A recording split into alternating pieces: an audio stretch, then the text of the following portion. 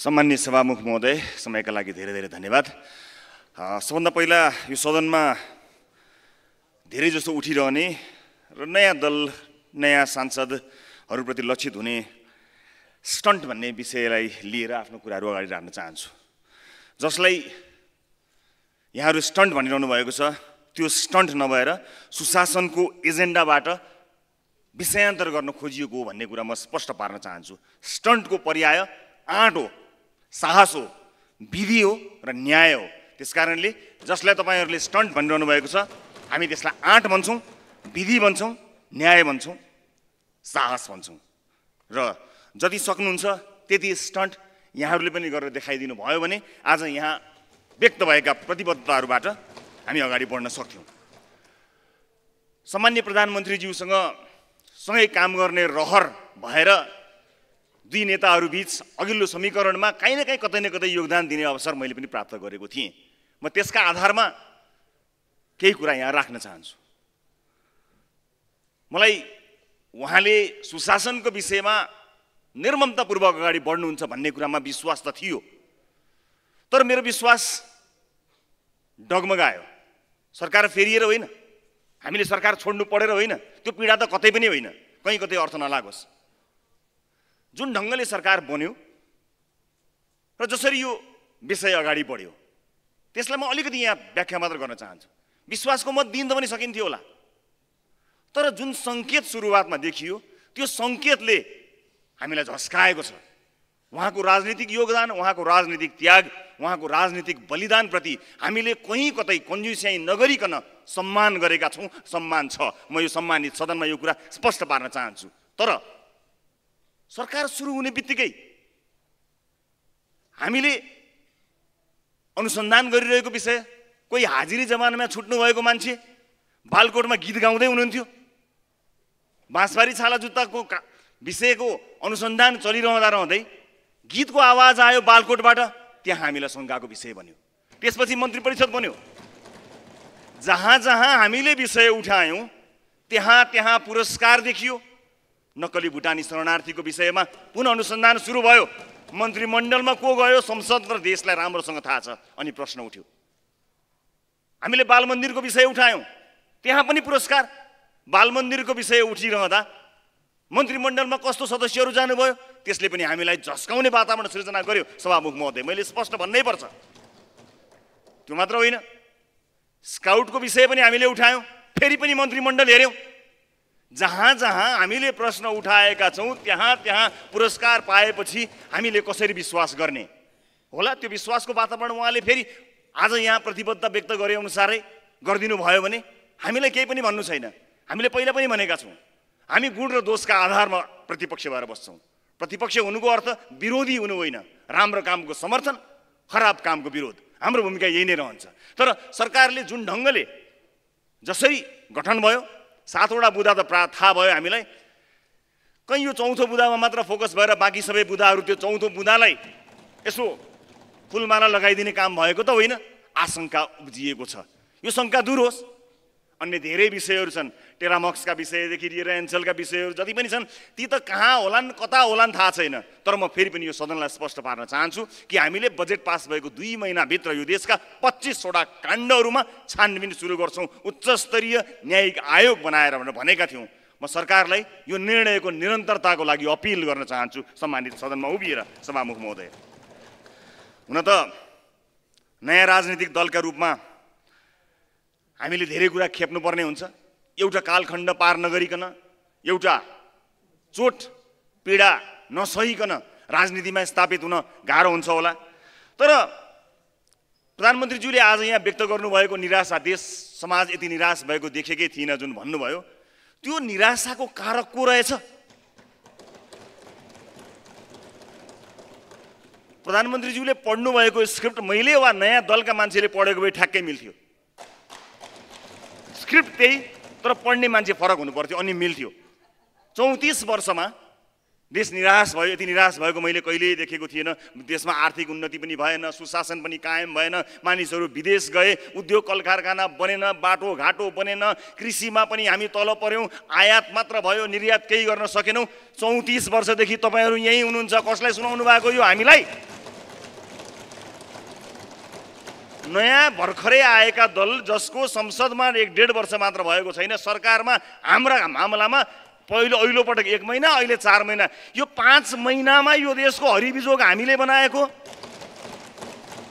हामीले 34 वर्षमा 5 महिनाको भाग लगाउनुस्, त्यो 5 महिनाको जिम्मा हामी लिन्छौँ। बाँकी रहेको 34 वर्षको 5 महिना कटाएर भएको जिम्मा यो रोस्टममा उभिएर लिने ताकत तपाईँ राख्नुहोस्, बस यति मात्र हो। त्यसपछि हामी विश्वासको मत दिन्छौँ। मलाई खुसी लाग्यो, उदाहरण दिनको निमित्त प्रधानमन्त्रीज्यू धेरै पर पुग्नुभयो, नेल्सन मण्डेलाको विषय लिएर साउथ अफ्रिकातिर पुग्नुभयो। उदाहरण त यतै कतै पनि थिए, तर मैले भन्नै पर्ने हुन्छ कि रङ्गभेद विरुद्ध 28 वर्ष जेल बसेर केवल 1 कार्यकाल राष्ट्रपति बनेर पुस्तान्तरण गरेका नेता हुन् नेल्सन मण्डेला।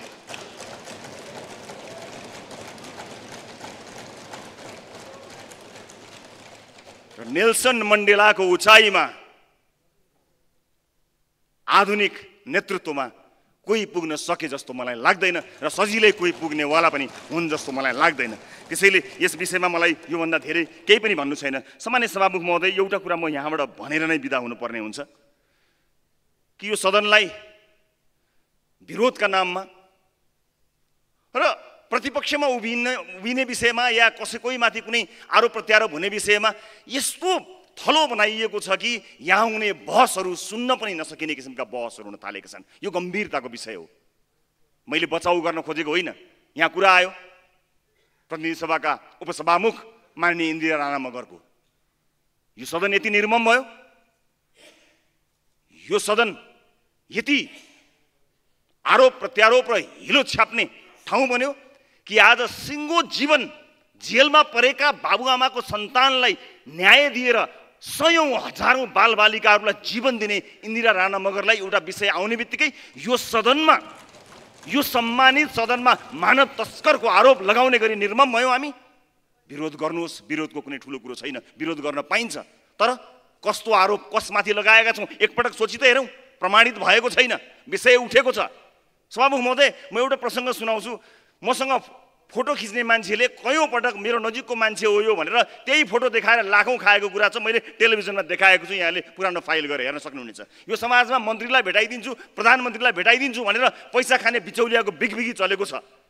तर आज संसारले मानेको छ इन्दिरा राणा मगरले सञ्चालन गर्नुभएको संस्थामा केही लाखका लागि उहाँले रुनु पर्दैन। संसारका 101 संस्थाहरूले त्यो पवित्र ठाउँमा लाखौं करोडौं पैसा एक वचनमा डोनेसन दिएको उदाहरण छ। तर आज अप्रमाणित विषयमा यो सदनमा पार्टीको कुरा होइन, कतिपय सांसदहरूले विरोध गर्ने सिलसिलामा यो पनि भुल्नुभयो कि विज्ञप्तिमा हामीले के लेखेका छौँ भनेर। हामीले विज्ञप्तिमा के लेखेका छौँ भन्ने कुरा तपाईँले पढ्नु भएको छैन होला। हामीले धेरै पटक पढेका हौँ। हामीले कहाँ भनेका छौँ पैसाको चलखेल भएको छ भनेर। पढ्नु होला, हेर्नु होला। हाम्रो आपत्ति व्यक्तिप्रति होइन सम्मानित सभामुख महोदय। यही सदनमा फलानुलाई भिजा दिनुपर्छ भनेर सदनमा मात्र होइन सडकमा समेत भिजा माग गर्ने मान्छेहरू यहाँ हुनुहुन्न। सम्मानित सदनलाई यो पनि जानकारी होस् कि उहाँले अहिलेसम्म प्राप्त भएको विवरण अनुसार भिजाका लागि समय मिलाइदिनका लागि गर्नुभएको अनुरोध हो, जसलाई उहाँले त्यो अलिकति मेरो पदीय मर्यादा विपरीत भयो कि भन्ने कुरामा ध्यान आकर्षण भएको छ भनेर स्वीकार गर्नुभएको छ। र हाम्रो राजनीतिक दलले, हुन त हाम्रो दलसँग उहाँ अहिले आबद्ध हुनुहुन्न, तर पनि न्यायिक अथवा कुनै पनि किसिमको छानबिन गरेको खण्डमा हामी त्यसलाई स्वागत गर्छौँ भनेर विज्ञप्तिमा लेखिएको छ। कसको विज्ञप्ति पढेर आउनुभयो सभामुख महोदय? हामीले कहाँ गरेका छौँ बचाउ? सम्माननीय सभामुख महोदय, मेरो एउटै मात्र प्रश्न छ। अहिले त देशमा बेथिति अन्त्य गर्नको लागि, भ्रष्टाचार अन्त्य गर्नको लागि, सुशासन कायम गर्नका लागि भनेर यो गठबन्धन भएको हो भनेर भनिएको छ। अहिले नै तत्कालै एकअर्कालाई गाली र मुसार्ने काम नगर्नु होला। तपाईँले भरमार गाली गरेको र भरमार माया गरेको यी कानले सुनेका छन्, यी आँखाले देखेका छन्। हतार नगर्नु होला। फेरि त्यो दृश्य देख्न पर्ने छ हामीले, नगर्नु होला। तर मेरो यति मात्र यहाँहरूलाई अनुरोध छ, कथम कदाचित जे प्रधानमन्त्रीले भन्नुभयो त्यो त सरकारको नीति कार्यक्रममै भएको कुरा हो। 16 योजनाका कुराहरू पनि त्यहाँ भएकै छन्, त्यही कुरालाई भन्नुभएको हो। अब कुनै कारणले काङ्ग्रेस एमालेको दुई ठुला राजनीतिक दलहरू बीचको यो सम्झौता, यो समीकरणले काम नगरेको खण्डमा इन्डिभिजुअली तपाईँहरूले काम गरेको त 34 वर्षमा देखिसकेका छौँ। तपाईँहरूको कुन नयाँ रूप देख्न बाँकी छ र हामीलाई? हामीले देखिसकेका छौँ। अब बाँकी रहेको जे बाँकी रहेको छ सँगै मिलेर देखाउनु होला, हेर्न तयार पनि छौँ हामी। तर कथम कदाचित एमाले र काङ्ग्रेसको गठबन्धनले पनि काम गरेन भनेपछि त्यसपछि के हुन्छ भन्ने कुराको अन्दाज छ तपाईँहरूलाई? सोच्नु भएको छ तपाईँहरूले यो समाजमा कुन सन्देश जान्छ भनेर? सम्माननीय सभामुख महोदय, म सकाइहाल्छु, लोकतन्त्रका मूल्य र मान्यताहरूप्रति त्यसलाई जोगाउनको निमित्त जति पनि त्याग र बलिदान दिनुभएको छ त्यो त्याग र बलिदानको बदलामा यो देशको हुर्मत नलिनु होला, मेरो यति मात्र आग्रह छ। सम्माननीय सभामुख महोदय, जाँदा जाँदै यति मात्र थप्न चाहन्छु, कसैलाई लागेको छ कि प्रतिपक्ष कमजोर छ, ठुला दलहरू जायन्ट भएर मिलेका छन्, टेबल ठटाउँदा पनि हल थर्किने गरी आवाज आउँछ भन्ने कुरा यहाँलाई लागेको छ होला। आवाज तपाईँहरूको ठुलो हुन्छ होला, तर आवाज ठुलोले हुनेले मात्र होइन, विचार ठुलो हुनेले मात्र सधैँ जितेको छ। त्यस कारणले हामी विचारका आधारमा सक्षम प्रतिपक्ष बन्नका लागि तयार भएर बसेका छौँ। म यति मात्र भन्न चाहन्छु, राज्यका विभिन्न निकायहरूमा भागबण्डा चलेको छ, त्यो भागबण्डाको शिकार यो देशका विभिन्न संयन्त्रहरू नबनुन्, कर्मचारी तन्त्र त्यो भागबण्डाको शिकार नबनोस्, संवैधानिक आयोगहरू त्यो भागबण्डाको शिकार नबनुन्, त्यो भागबण्डाले विभिन्न ठाउँका संरचनाहरू नहल्लिउन्, नभत्किउन्, आफ्ना मान्छे जोगाउने, आफ्ना मान्छे भर्ती गर्ने। अब त्यो किसिमको वातावरण बन्यो भने संरचनाहरू भत्किनेछन्, त्यसले झन् ठुलो निराशा ल्याउनेछ।